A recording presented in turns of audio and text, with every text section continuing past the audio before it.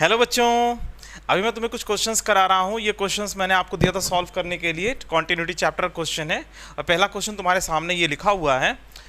Late f x be a continuous function defined for x belong to 1 to 5 if f x takes only rational values for all x and f two बराबर 2 then f one plus f two by f three plus f four is equal to.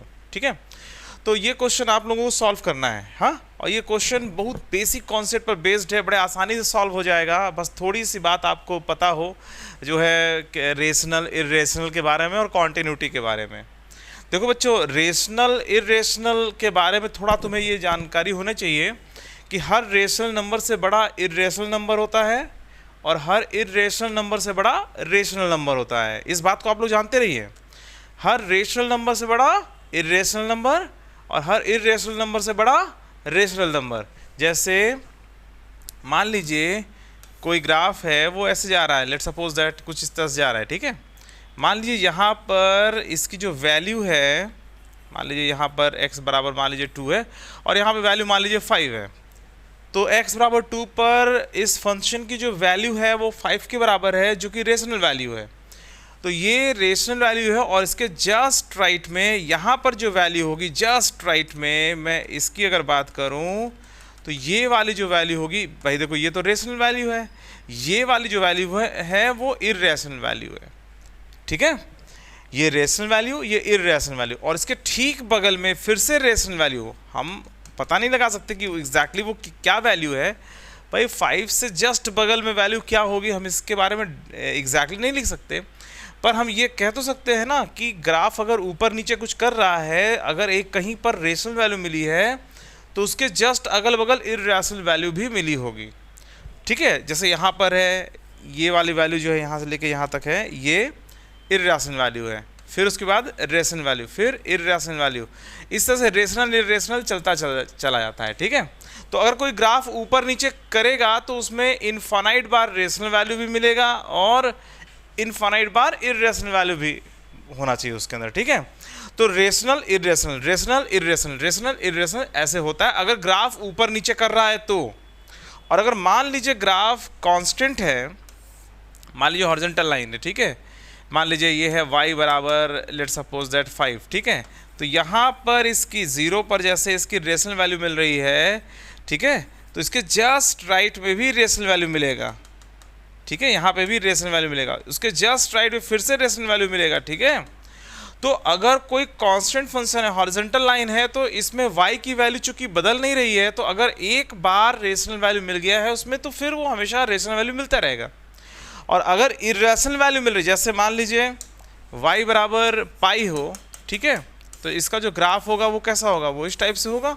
ठीक है, तो 0 पर इसकी value जो है वो पाई है, जो कि इर्रेशनल है, उसके ठीक बगल में भी इसकी वैल्यू जो है पाई मिलेगी, उसके ठीक बगल में इसकी वैल्यू पाई मिलेगी, मतलब हमेशा इर्रेशनल वैल्यू मिलता रहेगा।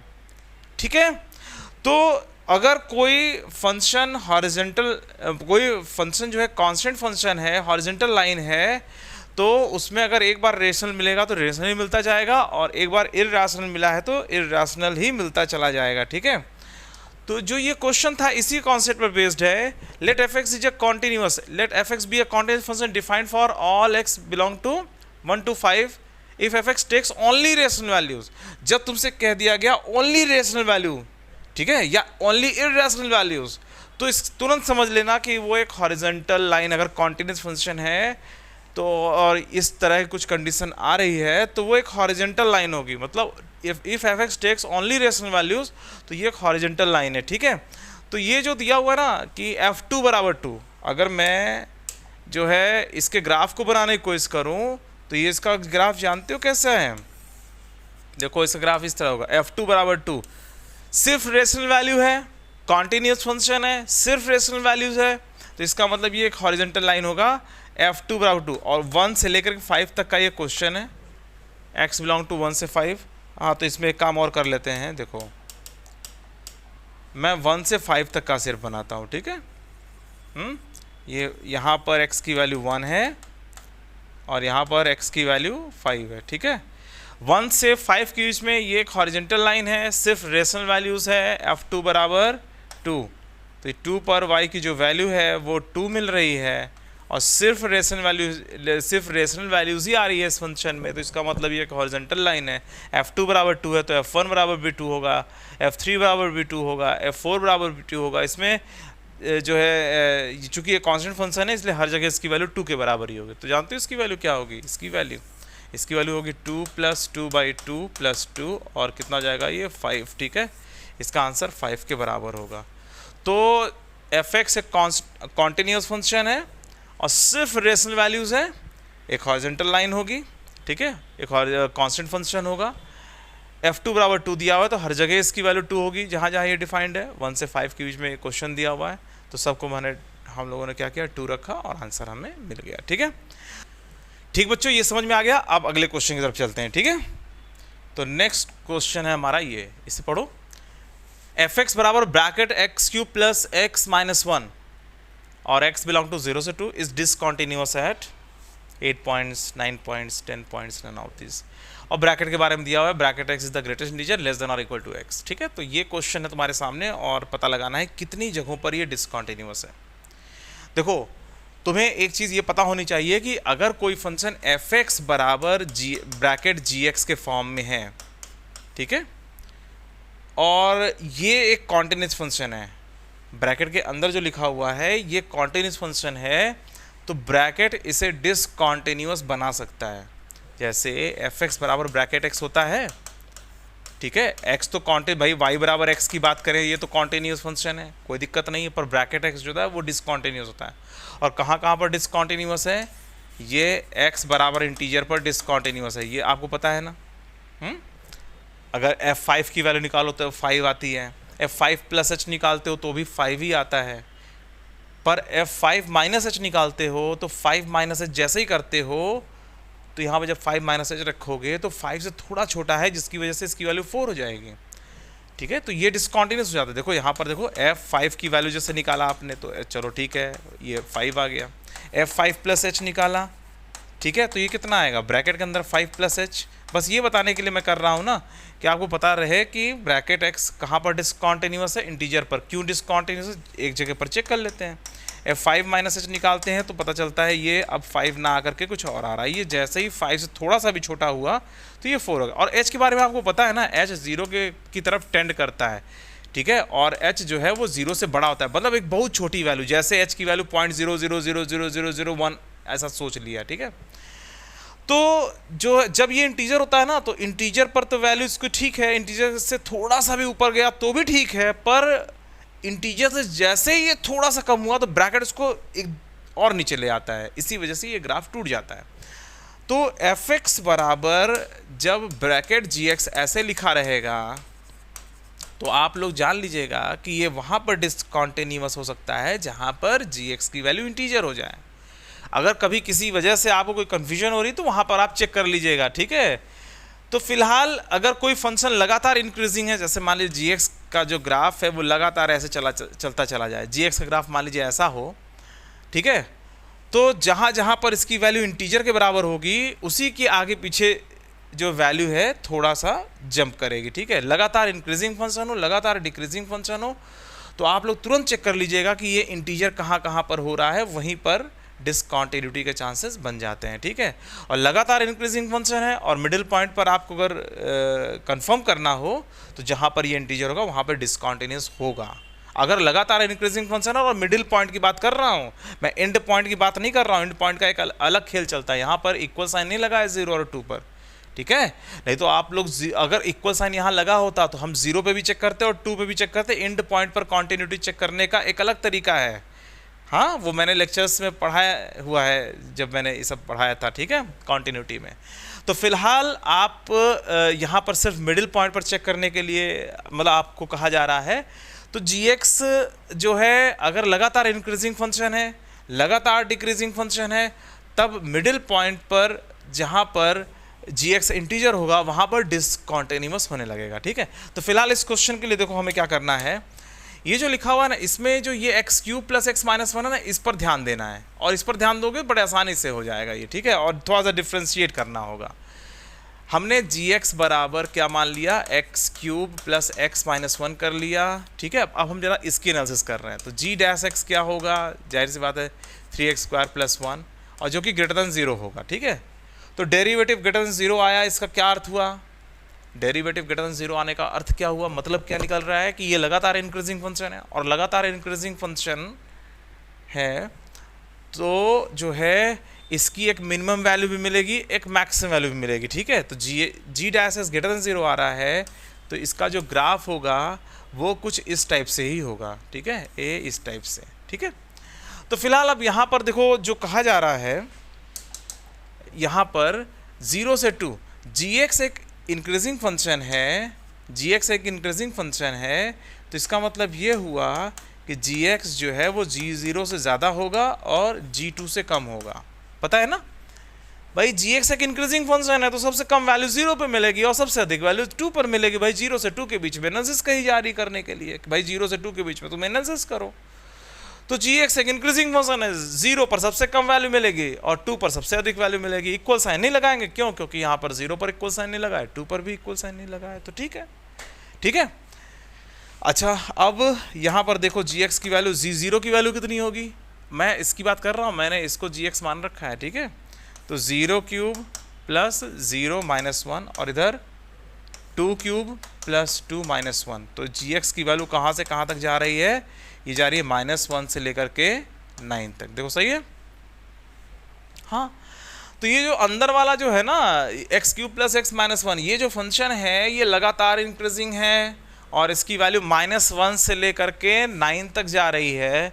तो -1 से 9 के बीच में जी एक्स की वैल्यू इंटीजर हुई होगी, भाई 0 भी हो सकता है, जी एक्स की वैल्यू 0 हो सकती है, 1 2 3 4 5 6 7 8।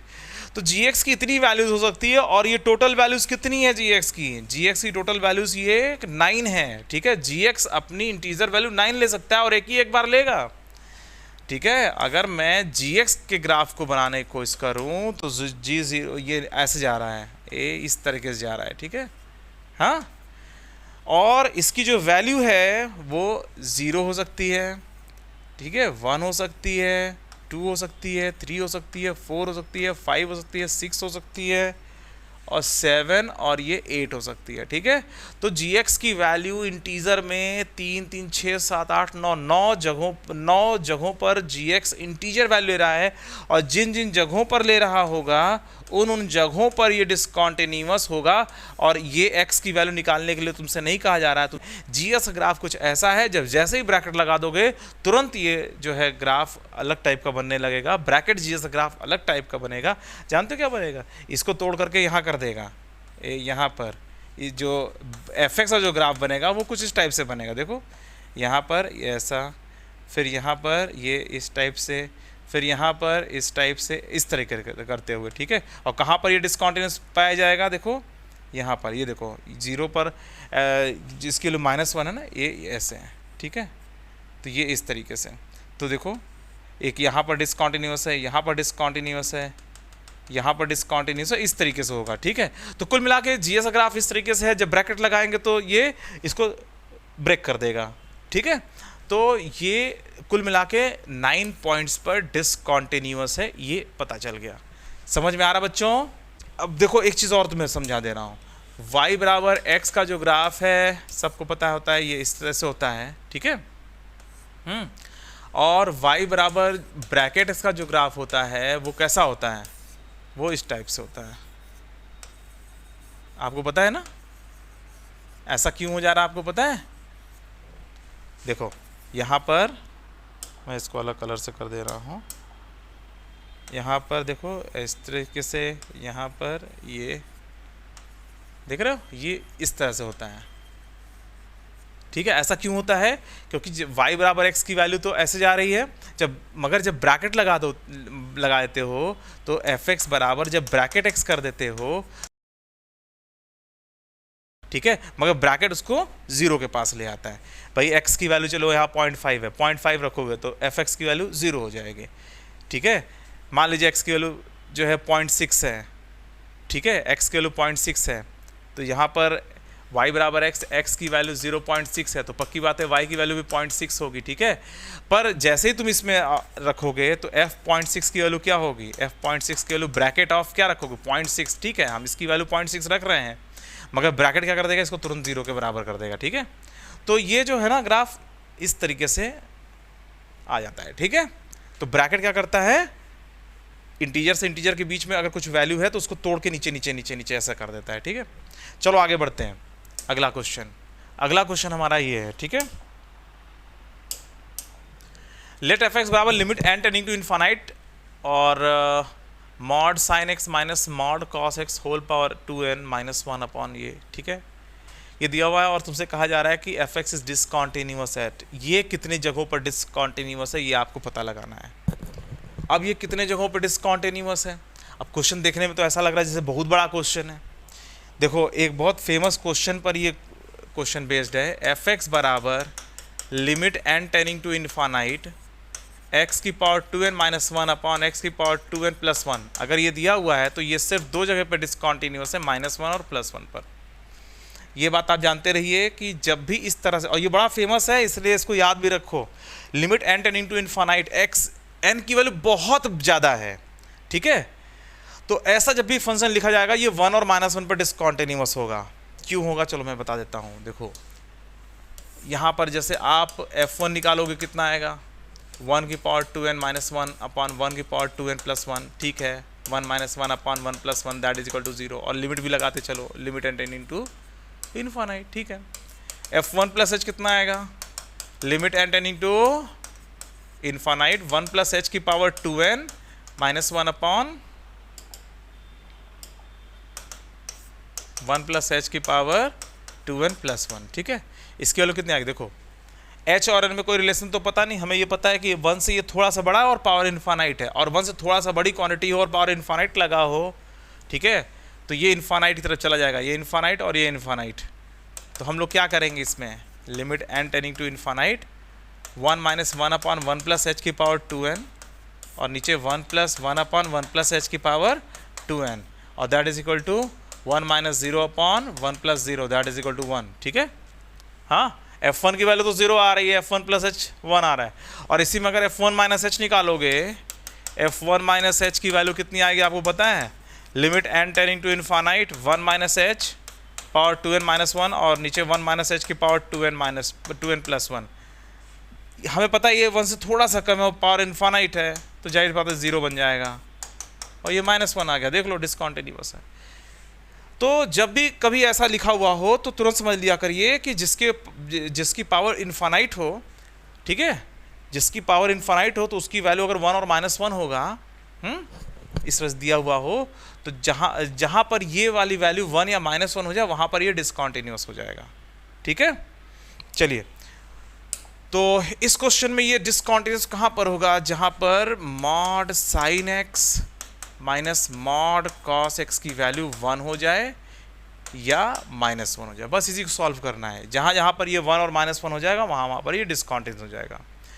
तो इसकी वैल्यू अगर 1 हो जाए, हम इसको सॉल्व करें 1 कब होगा, तो sine x mod minus mod cos x बराबर 1, एक ये सॉल्व करना है और एक सॉल्व करना, और ये भी तुरंत सॉल्व हो जाएगा। ये एक्सट्रीम वैल्यू बेस्ड प्रॉब्लम है, कुछ है ही नहीं इसके अंदर, ठीक है, बहुत आसानी से सॉल्व हो जाएगा। क्लियर।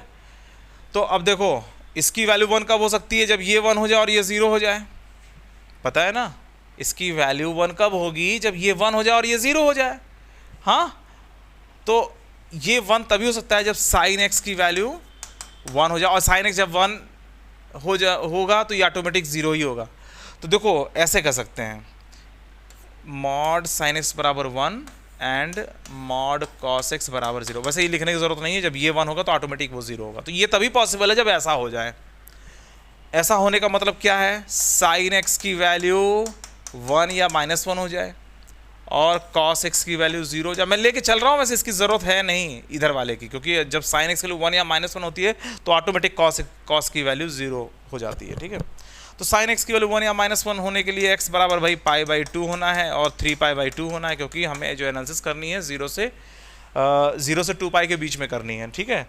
तो x की वैल्यू पाई बाई टू या 3π/2 ही हो सकती है, और कोई पॉइंट इधर से नहीं निकलता। sin x बराबर 1 या -1, और वहाँ पे cos x ऑटोमेटिक 0 ही रहता है, टेंशन नहीं लेना है, ठीक है। तो ठीक है, चूंकि हम मॉड लगाए, दोनों पर मॉड लगा हुआ है, इसलिए इसको 1 और इसको 0 करना पड़ा, ठीक है। और अगर ये 1 नहीं होगा तो ये करेक्ट 0 भी नहीं होगा, तो ये 1 कैसे आएगा? ये अपनी मैक्सिमम वैल्यू कर ले तभी तो ये मिनिमम करेगा, तभी तो इन दोनों का जो माइनस है वो 1 आएगा, ठीक है। अच्छा उधर देखो, ये -1 कब होगा? ये तब -1 होगा जब मॉड sin x की वैल्यू 0 हो जाए और मॉड cos x की वैल्यू 1 हो जाए, ठीक है। मतलब sin x बराबर 0 हो जाए और cos x की वैल्यू 1 या -1 हो जाए, ठीक है। मतलब x बराबर पाई ही लेना पॉसिबल है, 0 से 2π के बीच में सिर्फ x बराबर पाई ले सकते हैं, जहाँ पर sin x की वैल्यू 0 है या cos x की वैल्यू 1 या -1 है। वैसे x बराबर पाई पर cos की वैल्यू जो है -1 हो जाती है, ठीक है। तो फिलहाल जो है इसमें सिर्फ मतलब ये भी सही है और ये भी सही है। ये तब डिसकॉन्टिन्यूस होगा जब इसकी वैल्यू 1 हो जाए, तो भी ये डिसकॉन्टिन्यूस होगा, मतलब इन दोनों पर डिसकॉन्टिन्यूस है। और ये तब भी डिसकॉन्टिन्यूस है जब इस mod sin x minus mod cos x की वैल्यू -1 के बराबर हो जाए, ठीक है। तो मतलब x बराबर पाई, ठीक है। तो बच्चों ये जो फंक्शन दिया हुआ है ना, ये 3 जगहों पर डिसकॉन्टिन्यूस है, ठीक है, π/2, 3π/2 और पाई पर, ठीक है। चलो बच्चों आज के लिए सिर्फ इतना ही, फिर मिलते हैं नेक्स्ट क्लास में, बाय बाय।